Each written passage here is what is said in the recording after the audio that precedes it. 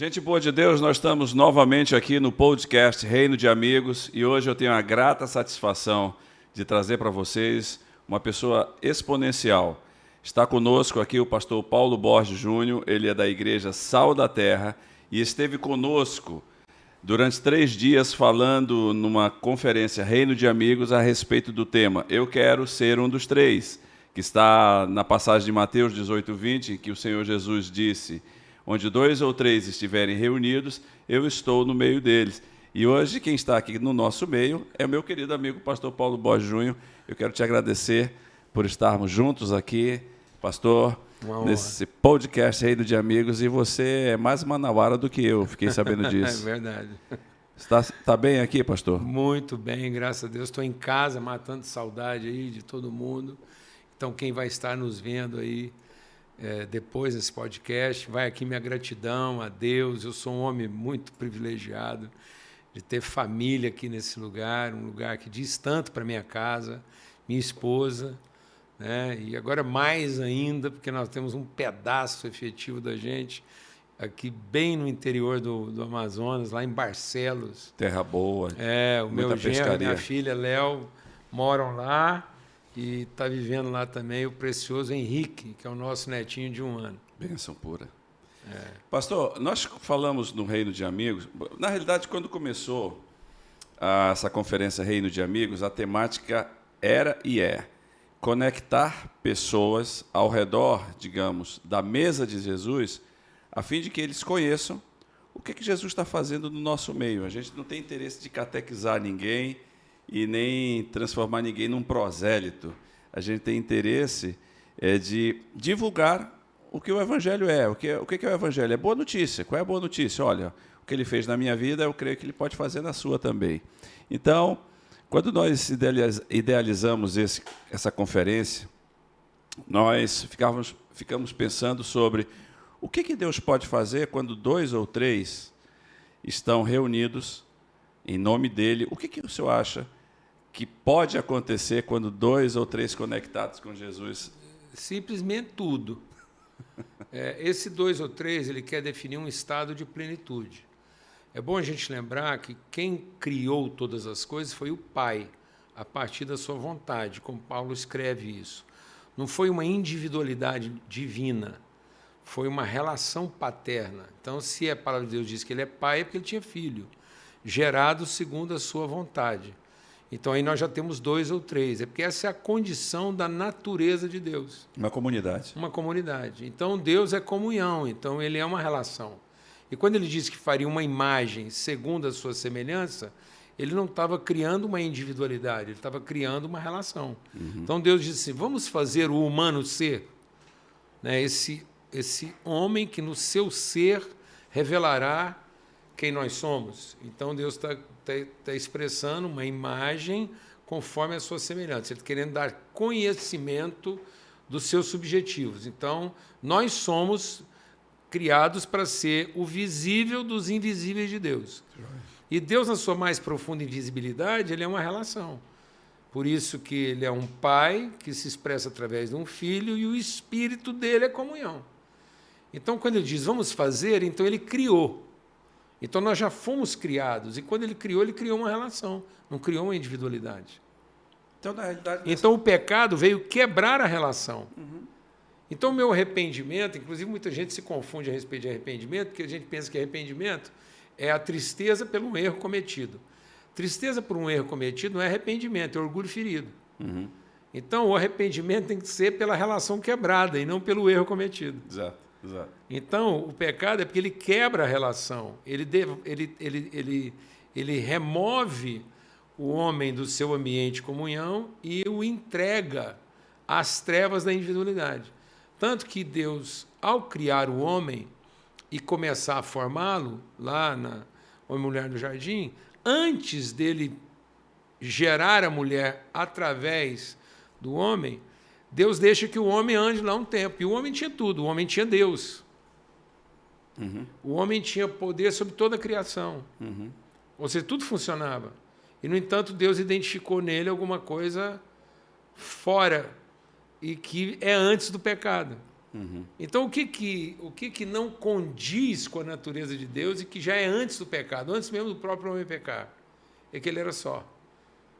Então, aquilo não é uma constatação de Deus. Não é porque Deus fez um homem só, não é que eu fiz ele sozinho. É para que o homem percebesse que, mesmo tendo Deus, mesmo tendo todas as coisas em ordem, tendo poder sobre todas as coisas, sozinho não funcionaria. Na realidade, então, pastor, a gente chega num ponto, então, Deus não quer ser conhecido pela sua divindade, mas Ele quer manter uma relacionalidade. Como pai. Agora você pensa, é Deus dizendo. Você pensa que antes do homem pecar, ele tinha Deus. Como é que Deus chega para o homem e fala assim, você tem a mim, você tem tudo funciona, mas não é bom que você seja só. Por quê? Porque é melhor serem dois. Exato. Agora, esse 2 ou 3 não é qualquer tipo de reunião. É porque quando ele fala, quando 2 ou 3 estiverem em acordo, não é nem em acerto e nem por necessidade. Muita gente pensa que uma fraternidade tem a mesma autoridade de uma comunhão. Não, eu posso ser 2 ou 3 porque não temos um negócio para fechar. Aí eu vou ter com você um acerto. Quem tem acerto não tem acordo. Toda vez que você faz um acerto é porque você não tem acordo. Então, ali está falando de acordo, ou seja, uma palavra empenhada, um compromisso assumido, uma vida compromissada. Então, Deus, tudo é possível no ambiente onde 2 ou 3 estão em acordo. Que acordo? Em ser expressão da vontade de Deus na vida do outro. Paulo traduz isso bem quando ele fala lá em Romanos, que ele diz assim, eu quero muito estar com vocês para repartir virtude e para nos fortalecermos pelo exercício da mutualidade da nossa fé, ou de uma fé mútua.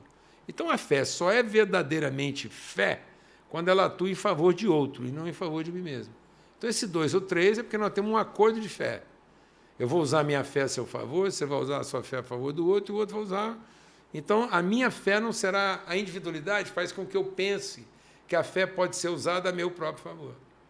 E fé usada a seu próprio favor não é fé, é crença. Exato. A fé só é verdadeiramente fé quando ele é usado em favor de alguém.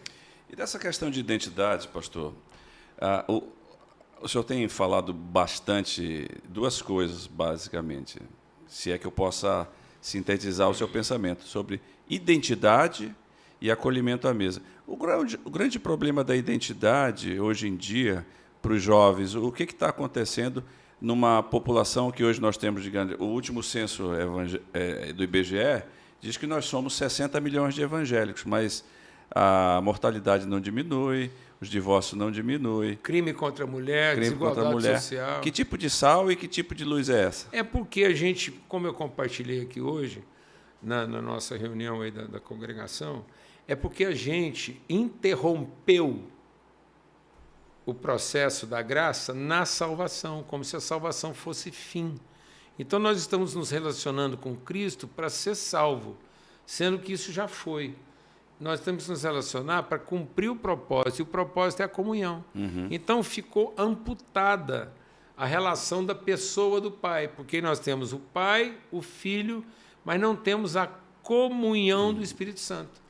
Então, nós estamos nos apropriando da salvação para salvar o indivíduo. E a salvação não é para salvar o indivíduo, é para salvar a relação. Exatamente. Então, ele não veio salvar a minha individualidade, ele veio salvar a nossa relação. E a nossa relação uns com os outros, porque esse era o propósito. Então, Deus não é criador de um indivíduo para depois reunir todos eles. Deus é criador da família. Exato.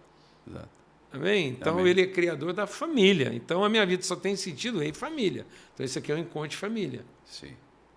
Então, sem essa consciência de que o propósito de tudo é a comunhão, eu vou interromper o processo e usando a graça para a minha própria salvação. Então, na realidade, a mentalidade não é onde eu esteja transformar o cara para que creia igual a mim.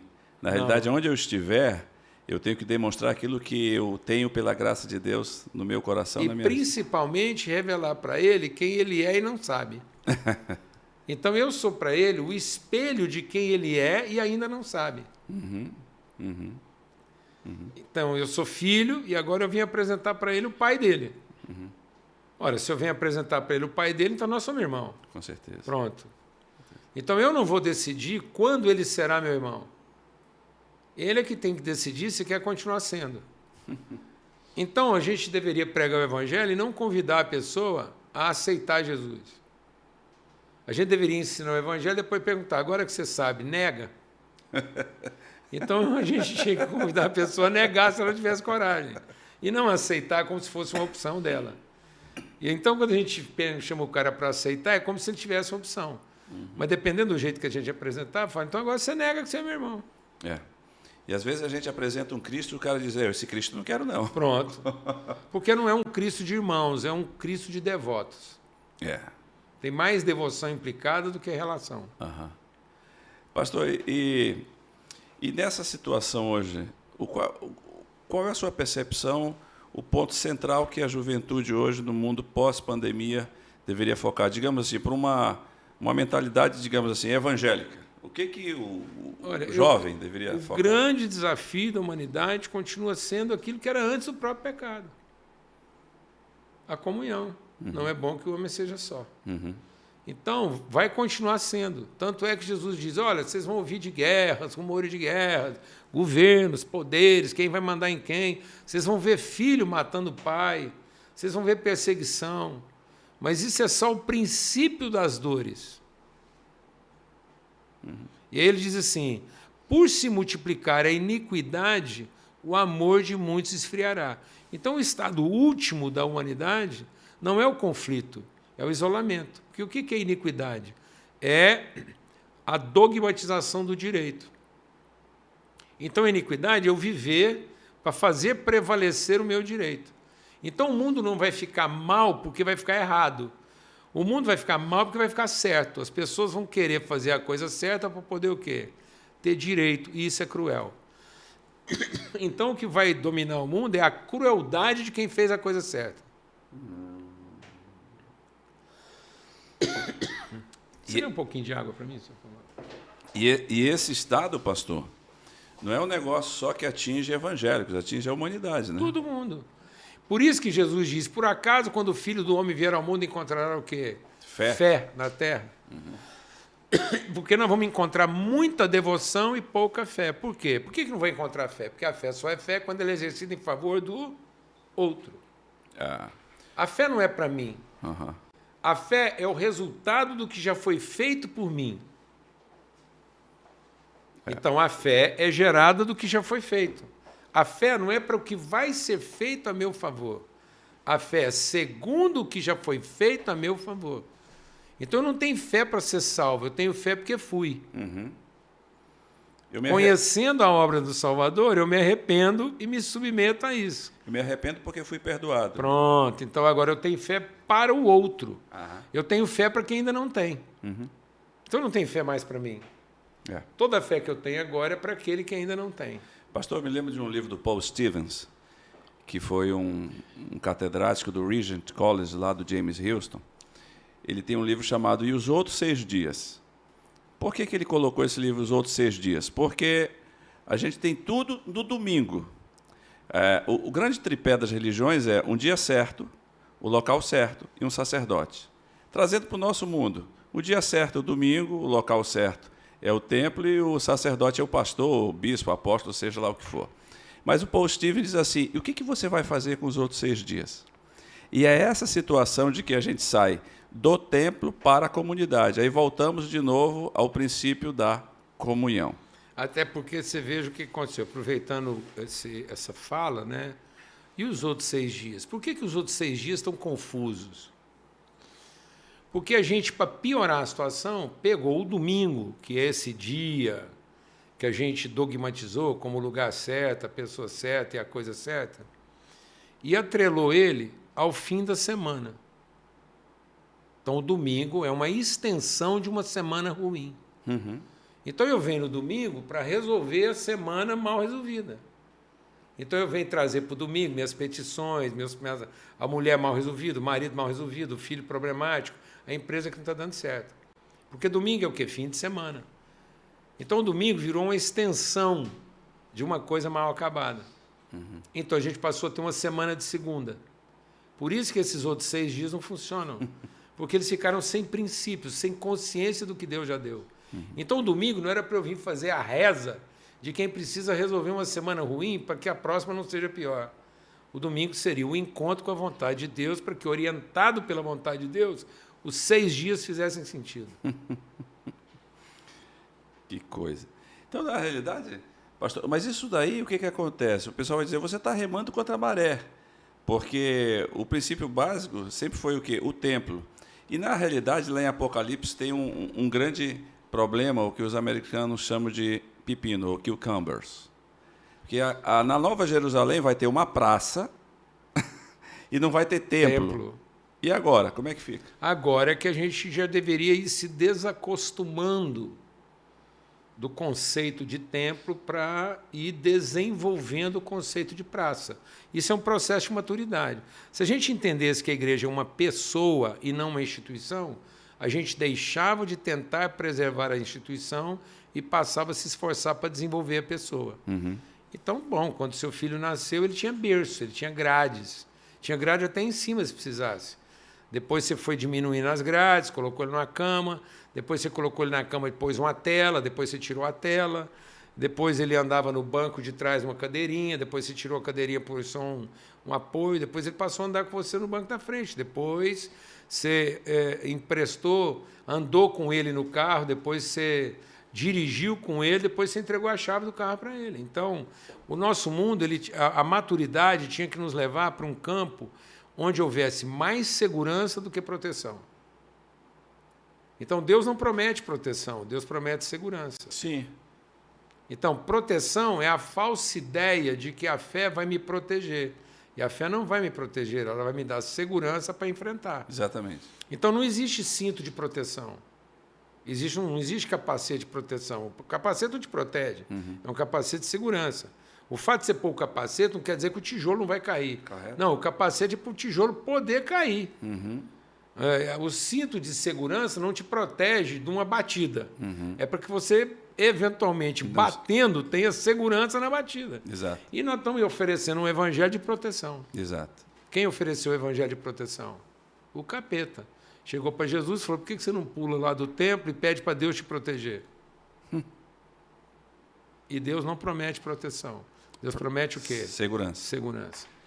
Então, o templo era a forma infantil de oferecer o quê? Proteção. E aí, como a gente vai amadurecendo, nós temos que ir para um ambiente onde nós estamos o quê? Seguros para viver num ambiente totalmente permeável e que convive com outras culturas. Exatamente. Então, essa temática, pastor, de reino de amigos, a gente não está contra a maré, não, né? Pelo contrário. Quando as pessoas falam assim, o povo, isso é nadar contra a correnteza. Não, quem está nadando contra a correnteza é quem está desobedecendo. Amém?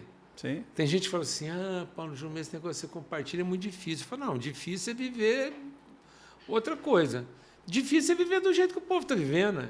Um esforço lascado, sem orientação do Espírito Santo, que não vai dar em nada. Agora, isso não é difícil, isso é desafiador. Então, eu tenho o desafio de buscar a verdade, mas eu tenho certeza que aquilo vai funcionar. Agora, difícil é fazer tudo o que todo mundo está fazendo e depois aquilo não virar nada.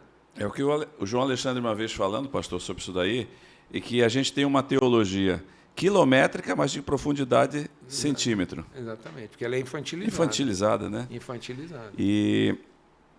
Mas, pastor, o ponto central realmente é entender a identidade. Por exemplo, quando Paulo disse assim, quando eu era menino, fazia as coisas de menino, praticava como menino e reagia como menino. Está vendo? É que não está errado. É? Porque às vezes a pessoa fala assim, do jeito que eu estava pensando, estava errado. Então, não, só estava infantilizado, mas não estava errado. Era uma fase. Aquilo numa criança estava tudo certo. Perfeito. Mas agora não dá, né? Agora é fora de lugar. O princípio de identidade, pastor, o senhor fala muito sobre identidade de filho, identidade de servo. Como é que o senhor vê para essa juventude agora que precisa realmente dispor-se e ir? Só existe duas maneiras, só tem 2 tipos de pensamento e várias formas de pensar. Então, os pensamentos são de 2 tipos. Ou eu penso como filho, ou eu penso como escravo.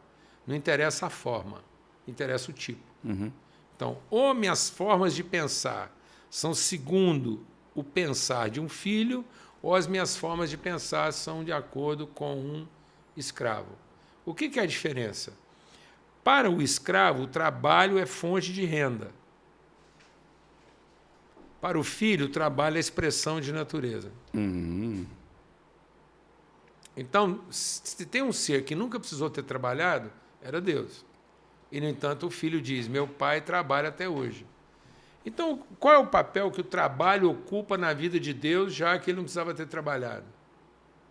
É porque, para Deus, o trabalho é a forma de expressar a sua natureza e a sua virtude. E não um meio de se manter. Não é emprego de Deus. Pronto, Deus não é, ele não está empregado como Deus. Quem pensou que o trabalho era emprego? O diabo. Foi o diabo que transformou o trabalho em emprego, porque ele viu no trabalho dele a condição comercial. Então, quem trouxe a perspectiva comercial para o trabalho? O diabo não virou capeta porque um dia fez a coisa errada. O diabo virou capeta, não. O Lúcifer não virou capeta porque um dia fez a coisa errada. O Lúcifer era o sinete da perfeição. Era o ISO 9000 de todas as atividades do céu. Que dia ele virou o diabo?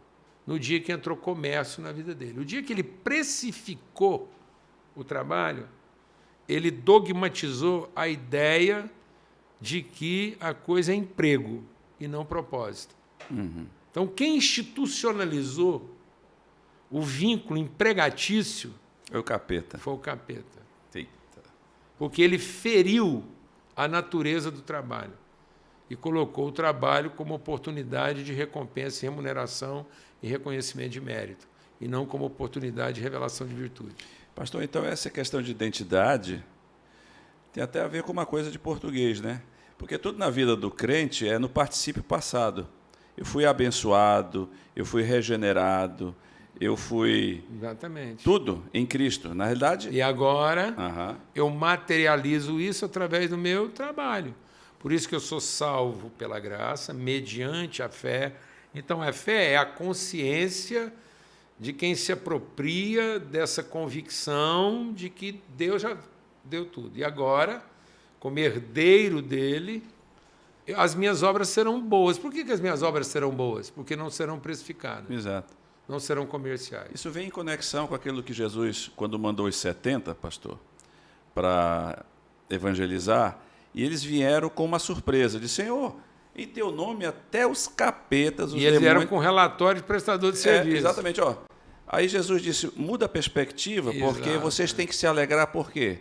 Porque o Pai... Vocês são membros da família. São membros da família. Acabou. Deixa a capetada de lado e celebra a comunhão. Vamos fazer isso, expulsa os negócios, faz tudo lá, mas que a sua alegria não seja pelo serviço bem-sucedido, mas pela relação eterna e permanente, porque seus nomes estão escritos. Não é pelo que você faz, é pelo que você é.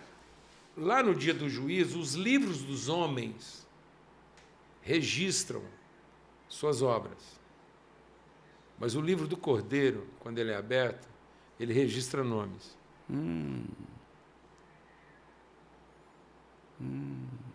Fantástico isso, né? Divino.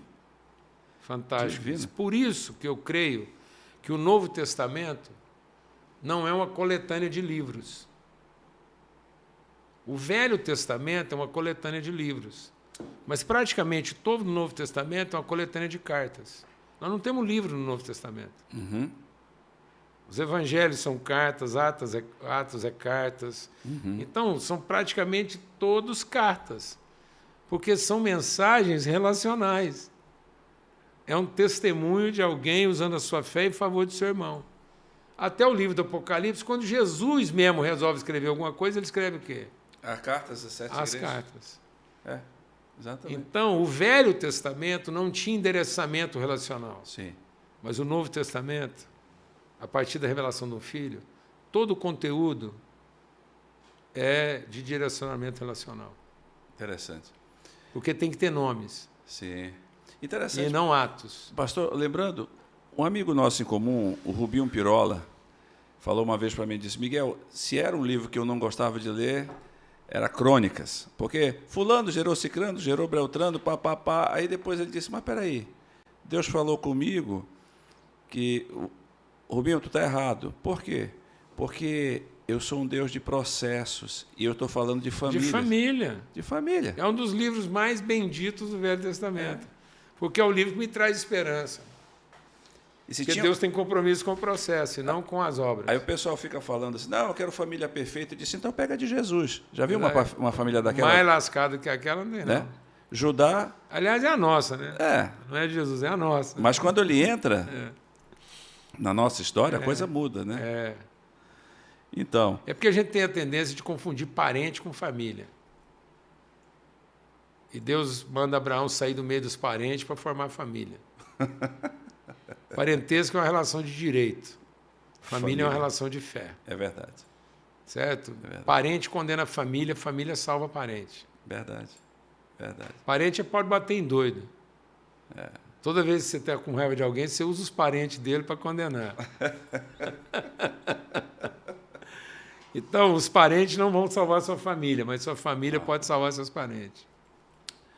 E Deus tem compromisso não com um sistema de crença, certo? Deus tem um compromisso com o indivíduo, certo? Com a relação. Com a relação. Com a pessoa, com o compromisso. Pastor, e aquele texto assim que alguns acham tenebroso, lá de Mateus 24, diz assim, olha, eu estava nu, tu não me vestiste, eu estava preso e tu não me visitaste, e eu estava enfermo e você não me deu nenhuma aspirina. Mas, Jesus, quando nós te vimos assim, olha, todas as vezes que não fizeste a um destes pequeninos ou amigos, a mim não fizeste. E aí? Você tocou num assunto aí, toda heresia, para ser boa, toda doutrina, para ser boa, ela tem que ficar muito perto de uma heresia. Opa! Entendeu? Porque se a doutrina não for realmente boa, ela não consegue ficar no limite de ser uma heresia, porque toda doutrina que se resguarda a si mesma é porque ela não é efetivamente reveladora. Então, vou dizer uma coisa aqui que é a minha fé. Eu não estou fazendo doutrina. A fé que tu tens? Eu estou testemunhando a minha fé. A gente tem a tendência de achar que o juízo final é para os incrédulos. E os incrédulos não entrarão em juízo. Só os crentes. Passa direto, né? Porque os incrédulos são ignorantes e Deus não levará em conta os tempos da ignorância. Então eu acredito que aquele realmente incrédulo, não o rebelde, o incrédulo. O realmente incrédulo, ele desfruta uma obra de salvação que o alcança na sua ignorância e Deus não leva em conta os tempos da ignorância dele, como diz Romanos. Então quem vai entrar em juízo? O rebelde. É aquele que, tendo conhecimento, não cumpriu. Então, é o crente. Por isso que, quando está lá em juízo, ele diz assim, em teu nome fizemos isso, em teu nome fizemos aquilo, em teu nome fizemos aquilo outro. Jesus diz, eu não conheço vocês. Relação. Então, quem está entrando em juízo? É quem conhecia e fazia em nome dele, mas fora do propósito. E aí, para mim, no dia do juízo, não tem só dois em juízo, tem três. Tem os pequeninos, os bodes e as ovelhas. Então, para mim, os pequeninos são os ignorantes. E quem vai entrar em juízo? Os cabritos, que come com as ovelhas, pensa que é ovelha, dorme com as ovelhas, mas é cabrito. Voltamos à questão. Porque ele não tem uma transformação de natureza. Ele frequenta o ambiente, ele participa do rito, ele come no mesmo coxo, ele participa da mesma realidade. O pastor é o mesmo, mas ele não se submeteu à vontade, apesar de ter desfrutado do ambiente o tempo todo. Que coisa. Por isso que, praticamente, assim, segundo a minha fé, eu não acredito que alguém possa perder a salvação. E aí muita gente diz assim, mas e o texto lá de Hebreus? Aqueles que, tendo participado do dom celestial, Hebreus caíram. 6. Hebreus isso, 6. é difícil recuperar. Lá não fala de salvação, Sim. Fala de participação do dom. Sim. Então, Judas participou dos dons. Judas formou dupla com alguém que foi lá, expulsou o demônio, curou o enfermo, porque a dupla do Judas não voltou reclamando. Não. Por isso que Jesus diz, olha, isso aí não deve ser o motivo da sua alegria. Porque isso não quer dizer nada a respeito de quem vocês são. Isso quer dizer apenas dos dons que vocês receberam para fazer as coisas que vocês estão fazendo. Certo. Então, o poder de fazer algumas coisas foi dado pelo Espírito. O capeta só é capeta com os dons que ele recebeu de Deus. Então, o dom em si não quer dizer coisa alguma, se não tiver o quê? Amor. Sim. Então, o cara ele não caiu da salvação. Ele nunca teve. Ele nunca conheceu a salvação porque se limitou a desfrutar o quê? Os dons. Ele frequentou o ambiente, ele participou dos milagres, ele foi instrumento de Deus agindo em poder através dele. Mas, apesar de ter sido instrumento de poder, ele nunca foi conhecedor da natureza, ele nunca foi conhecedor da vontade. Ok. Então, convencer uma pessoa dessa que caiu é muito difícil. Porque ele atribuiu para ele mesmo uma coisa que, na verdade, ele nunca teve. Amém? Amém. Pastor, então, para a gente chegar, digamos assim, a uma... Não vou dizer que nós vamos concluir esse papo, porque a gente está vivo. E nós vamos continuar vivo mesmo quando estivermos mortos. Nós podemos concluir esse papo no outro espaço. Exatamente. Né? Um podcast assim, mais elevado. Exatamente. Agora, para a gente chegar, digamos assim, a o ponto de inflexão, ou seja, ou eu posso subir ou eu posso descer, a juventude, então, com uma consciência de identidade em Cristo, sabendo que ele está no mundo, no sentido físico, mas não participa do mundo, do sentido sistema, ele pode ser um arquiteto cultural sem transformar as pessoas naquilo que ele acha que as pessoas deveriam ser e pode mudar ambientes e estruturas, levando a relação do Pai. Exatamente. Então, por isso que é muito legal a expressão reino de amigos, porque é uma consciência de natureza e identidade. Por isso que Paulo escreve, ele nos tirou do império das trevas e nos transportou, nos moveu para o reino do Filho do seu amor. Então, para a gente entender melhor isso, é fazer uma separação entre o que é império do que é reino. Império é um estado de ordem estabelecido a partir do poder. Então, o império implica em hierarquia, de poder, de capacidade, de competência, isso é império. Então, o imperador do império, ele não representa valores, ele representa competências. E as competências estabelecem hierarquias, e hierarquias estabelecem direitos. Deus nos tirou desse ambiente de hierarquias, de direitos, de competências e méritos e privilégios para um ambiente onde é reino. Isso quer dizer o seguinte, dentro do ambiente de reino, vamos supor que sobrou o filho do ferreiro. E todo o reino foi dizimado. O filho do ferreiro representa o reino tanto quanto o seu rei. Exato. Porque é o que ele representa e não a capacidade que ele tem. Então, os nossos jovens precisam ser desafiados a entender que, na verdade, o êxito da vida deles está na autoridade que eles representam e não no poder que eles têm. Então, nós precisamos nos libertar do estigma do poder para ter uma consciência de autoridade. Os empregados precisam ter poder. E os empregados são promovidos segundo o seu poder. Mas o filho não precisa ter poder, ele só tem que ter autoridade. E ele terá tanto mais autoridade quanto maior consciência ele tiver de quem ele é e de todos os valores que ele representa. Maravilha. Reino de amigos. Sempre. E não império de empregados. Porque no império de Herodes, a gente mata. No reino de Jesus, a gente morre. Exatamente. Exatamente. No império, a gente tira a vida um do outro. No reino, a gente dá a vida um pelo outro. Amém. Gente boa, eu não queria finalizar esse papo aqui, porque esse papo está gostoso. A gente vai dar um ponto seguido. Numa outra oportunidade, a gente vai voltar com o pastor Paulo Borges, quem sabe em Goiânia. Com certeza. Eu tenho esperado que essa pista seja de mão dupla. E será. Amém, em nome de Jesus. Vai ser assim. Como diz o pessoal do Universal, tá ligado? Tá ligado, é isso aí.